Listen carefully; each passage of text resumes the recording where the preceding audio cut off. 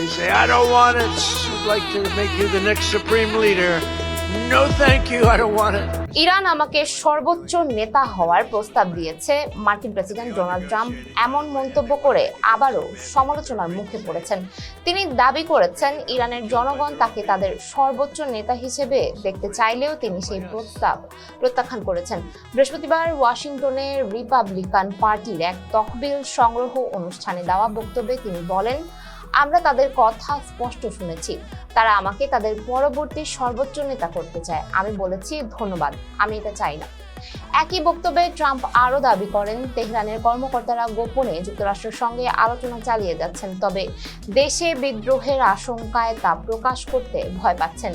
তার ভাষ্য অনুযায়ী ইরানি নেতৃত্ব একদিকে যুক্তরাষ্ট্রের সঙ্গে চুক্তি করতে আগ্রহী, অন্যদিকে নিজেদের জনগণ ও বাইরের চাপ উভয়ের আশঙ্কায় রয়েছে।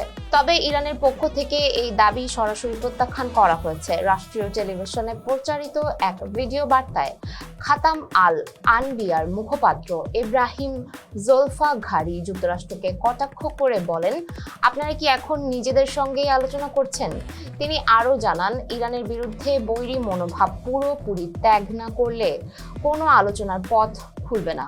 এদিকে হোয়াইট হাউস দাবি করেছে শান্তি আলোচনা চলমান রয়েছে। ট্রাম্প পূর্বে একটি 15 দফা শান্তি পরিকল্পনার কথা উল্লেখ করেন, যেখানে ইরানের পারমাণবিক স্থাপনা ভেঙে ফেলা, ইউরেনিয়াম সমৃদ্ধকরণ বন্ধ এবং ব্যালিস্টিক ক্ষেপণাস্ত্র কর্মসূচি স্থগিতের প্রস্তাব রাখা হয়েছে।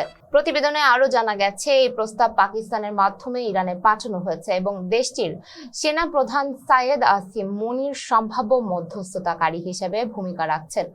এতক্ষণ সঙ্গে ছিলাম আমি সুমাইয়া হক তন্নি। ফেসবুকে সাথে থাকার জন্য ধন্যবাদ।